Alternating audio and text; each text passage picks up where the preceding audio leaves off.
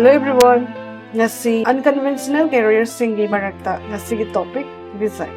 Design haibasi karino? Design haibasi process amani. Haibadi karigumba ama wakhalda sagalaga madubu maung maring naina planning tawduna objects, interactive system, building amadi vehicles na chingba kaya ama semba adubud. Design industry gi maru eba thabak sing khara panjarabada web designer, graphic designer, video game designer, textile designer, jewelry designer, fashion designer, product designer asina chingba kaya amasu lei. Hariba thabak sing asi oinabigidamagta ekhoina tamdaba yadraba courses sing adudi Bachelor of Design, Master of Design, Diploma amati certificate course kaya amasu lei. Hariba course sing asi tamninglabadi 12 pass with 50% score oigadabani. Design tamnanaba entrance exam kara pallabada NIFT, GAT and CAT, NID, DAT asina chingbatsini. Design da career masembada sangraba yadaba skills kara panjarabada creativity, communication skills, problem solving, analytical ability, teamwork skills asina chingba asin. Kanagumba mahirosingna akupa marolgidamakta SS Career Solution da lakpiyu natraga makhada pijariba number asida pau pawbiro.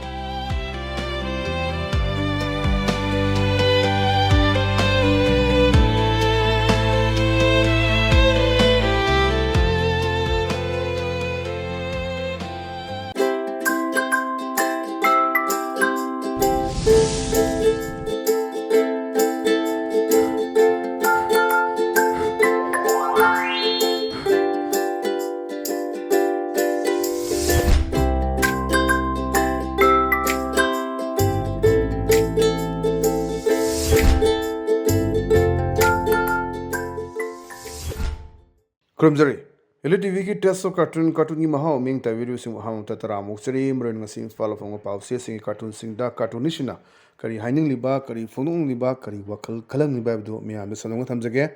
am lokho jage sanga express ki onthok pani da ba cartoon si yong yam phajaba cartoon ni khoi yong ama yawre yong ani ngaktani tongnare sing se yong ama haisra aduga ma rabbit ama haisra ani se leire ada rabbit man masina haitare Hogdong haidra kai man se emekta hairsi ko kai man ge do amadi yong leire ko da rabbit man ba sida hogdong su man ba sida hogdong su man ba haitare sina phongdorak pone nungaire sana leba nungaire miyam na phai matik chai haidna thagat ki ba mantri MLA mayam masa gi horokpum magun uthok narek lena haji tongdari miyam sing sini koi ingtappa santi purokna ba kari honari gi do yengnaraga leire chayum henjale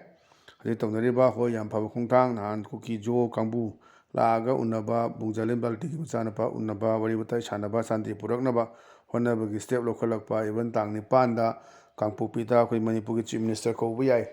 korok pa yai kai meeting to re kai na pa phongdari meyam sine dai da lakpa adagi akoi lengak se sengmai hendaba chief minister na oiding da hairam ga oirakan da kaim tong ngamdir meyam sing angna leibu tune ba adu matang thamak pa cartoon ne ba ana masi thamakan amasi yung jena khume bhot maya da chak na paisa na utchai khiba lang da thu khiba mayam da ki phol phangba hore mayam wan re na am sathi na wa ba dum highway sida pusalak pa maya po chegi man tang khalak pa mayam se de ki thingning ba jaga da thingba khoni hairam ni highway protection force sema kai da bagi ngamoi doino haidana mi lising ni pan ta ko se recruitment hekta koi charu khoi gi kai haitare se khop yongmuno yongba yane ba imphal dagi dimapur sigi pareng akoi mau bau dimapur di oro imphal to mau adagi se imphal to jiribam imphal more hekta thing se ba do kana thinga ke do yeng se ba dana police patrol gi gari mya phabuju lai gre sin di aduna amtang recruitment tawraga thaba phangda leiri maha naha myam su leiri yam changa kan da highway se lut tori ba singsi amtang di phadana amtang thingena khan badar ka obiduni aduma leader da ka oi mai wakhalol vision leiba toy suni ji Tamil Nadu gi chief minister ga toy se aduna khoi ju kitang afabada mi matau tambadi ke sukai de khara taw mathau tabra aduni bot maya da chak na paisa na utchai khiba lang da thukyo mayam du gi fall phangba hore mayam wan re hadana yamna phajaba adumba wan thok leiba cartoon nen thamjage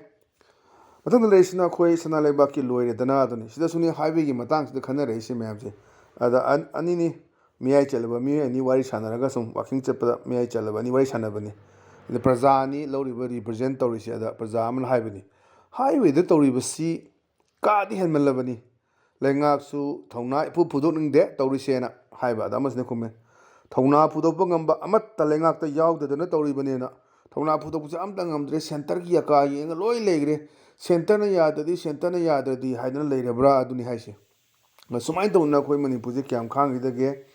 ꯑꯁꯨꯛ ꯀꯨꯏꯕ ꯆꯍꯤ ꯑꯍꯨꯝꯕꯨ ꯁꯨꯃꯥꯏꯅ ꯊꯝꯃꯛꯄꯁꯤ ꯀꯔꯤꯒꯤꯅꯣ ꯍꯥꯏꯕ ꯐꯤꯕꯝꯁꯤꯗꯤ ꯂꯩꯅꯔꯤꯕ ꯃꯅꯤꯄꯨꯔꯁꯤ ꯇꯣꯉꯥꯟ ꯇꯣꯉꯥꯟꯕ ꯖꯥꯇꯤ ꯑꯅꯤ ꯈꯤꯇꯪ ꯂꯩꯔꯝꯕꯅꯦꯗꯤ ꯐꯩ ꯑꯃꯔꯣꯝꯗ ꯇꯣꯉꯥꯟ ꯇꯣꯉꯥꯟꯕ ꯖꯥꯇꯤ 53 ꯃꯌꯥꯅꯤ ꯂꯩꯔꯕꯅꯤꯅ ꯋꯥ ꯉꯥꯡꯕꯗꯁꯨ ꯌꯥꯝ ꯂꯨꯕ ꯂꯥꯟꯅ ꯍꯦꯛꯇ ꯈꯟꯕ ꯑꯗꯨꯅ ꯃꯅꯤꯄꯨꯔꯁꯤ ꯌꯥꯝꯅ ꯂꯨꯕ ꯃꯐꯝ ꯑꯃꯅꯤ ꯌꯥꯝ ꯁꯥꯊꯤꯕ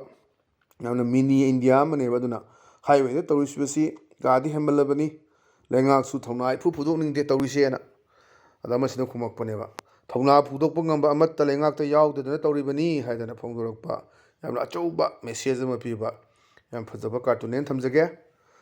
ꯃꯊꯪꯗ ꯂꯩꯔꯤꯁꯤꯅ ꯑꯩꯈꯣꯏꯁꯤꯁꯨ ꯑꯩꯈꯣꯏ ꯄꯣꯛꯅꯐꯝꯒꯤ ꯕꯥꯂꯣꯍꯦ ꯑꯗꯨꯅꯤ ꯁꯤꯗꯁꯨ ꯑꯩꯈꯣই ꯉꯁꯤꯗꯤ ꯀꯥꯔꯇꯨꯅꯤꯁꯁꯤꯡꯁꯦ ꯍꯥꯏꯋꯦꯗ ꯂꯝꯕꯤꯗ ꯂꯣꯏꯅ ꯑꯩꯈꯣꯏ ꯈꯨꯠ ꯊꯥꯔꯛꯑꯦ ꯉꯁꯤꯒꯤ ꯅꯨꯃꯤꯠꯁꯦ ꯍꯥꯏꯋꯦꯒꯤ ꯃꯇꯥꯡꯁꯤꯗ ꯑꯗ ꯃꯟꯇ꯭ꯔꯤ ꯃꯟꯗꯣꯜ ꯂꯤꯗꯔꯁꯤꯗꯩꯁꯤꯗ ꯉꯁꯥꯏ ꯗ꯭ꯔꯥꯏꯚꯔꯁꯤꯅ ꯍꯥꯏꯕꯅꯦꯕ ꯀꯃꯥꯏꯅ ꯍꯥꯏꯒꯦꯗ ꯁꯥꯔ ꯒꯥꯔꯤ ꯆꯠꯄ ꯉꯝꯂꯔꯣꯏ ꯐꯣꯟꯒ ꯂꯨꯠ ꯇꯧꯔꯦ ꯄꯣꯠ ꯆꯩ ꯃꯨꯜꯂꯦ ꯑꯥꯔꯃꯤꯅ ꯌꯦꯡꯗꯨꯅ ꯂꯩꯌꯦꯅ ꯑꯗ ꯉꯁꯥꯏꯒꯤ ꯃꯤꯅꯤꯁꯇꯔꯁꯤꯅ ꯀꯩ ꯍꯥꯏꯒꯦ ꯍꯩ ꯑꯗꯨꯗꯤ ꯊꯥꯏꯅꯗꯒꯤ ꯑꯗꯨꯝ ꯇꯧꯗꯨꯅ ꯂꯥꯛꯂꯕꯅꯤ ꯍꯟꯗꯛꯅ ꯑꯍꯥꯟꯕ ꯅꯠꯇꯦꯅ ꯌꯥꯝ ꯐꯖꯕ ꯄꯣꯠꯅꯤ ꯁꯤꯁꯨ ꯆꯨꯝꯃꯤꯅꯤ ꯍꯥꯟꯅꯗꯒꯤ ꯇꯧ ꯂꯥꯛꯄꯅꯤ ꯌꯥꯅ ꯌꯥꯅꯕꯅ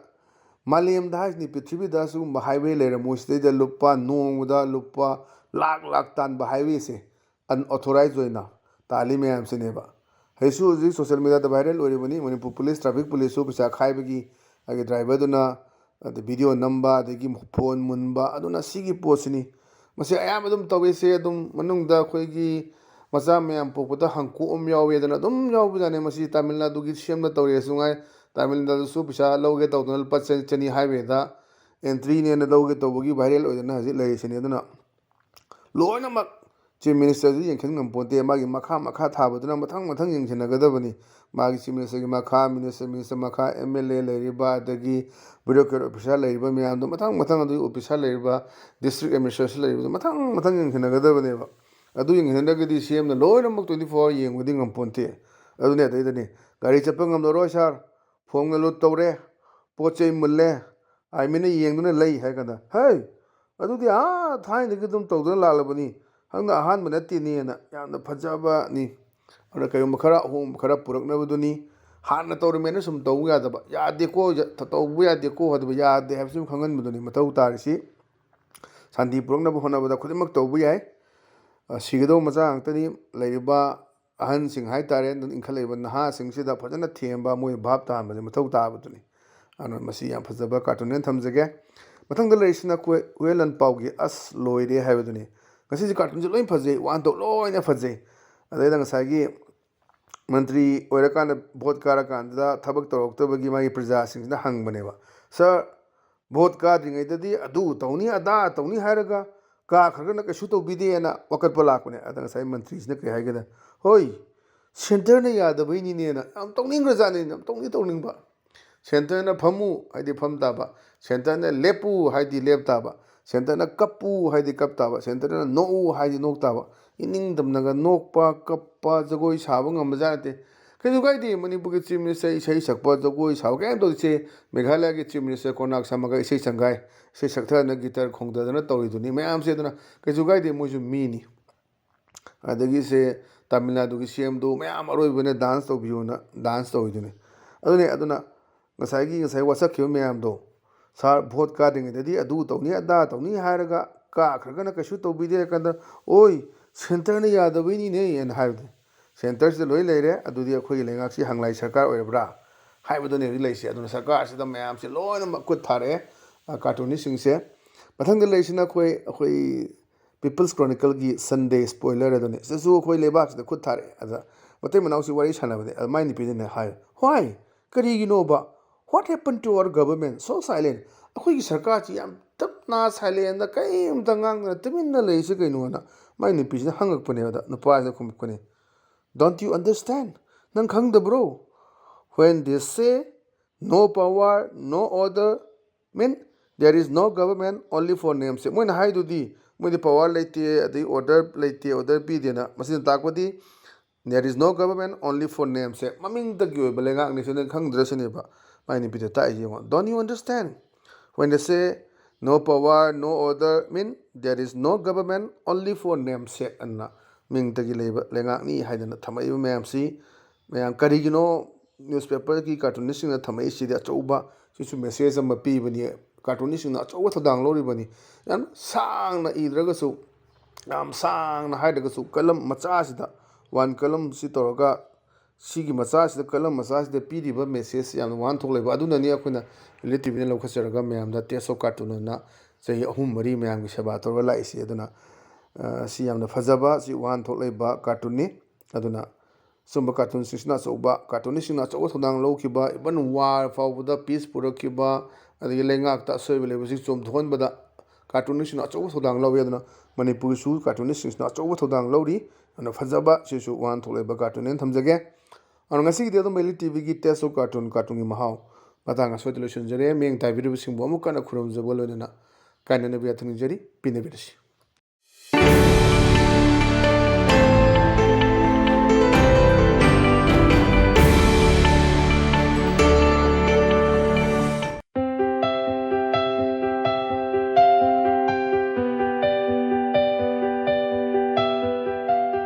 Hello everyone! Ngasi unconventional career singi marakta ngasi ki topic design.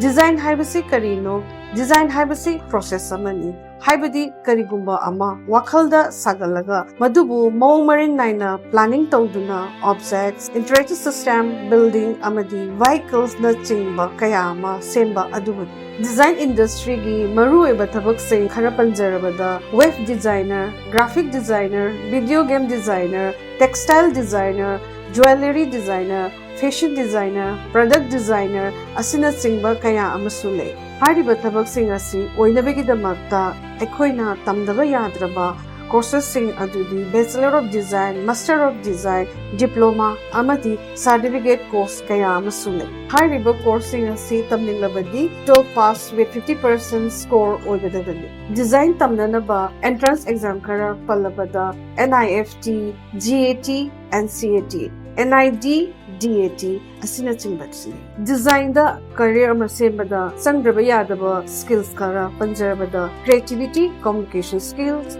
problem solving, analytical ability, teamwork skills asina chingba asin. Kanagumba mahirusingna akupa marolgidamakta SS Career Solution da lakpiyu natraga makhana pijariba number asida pau pabiro.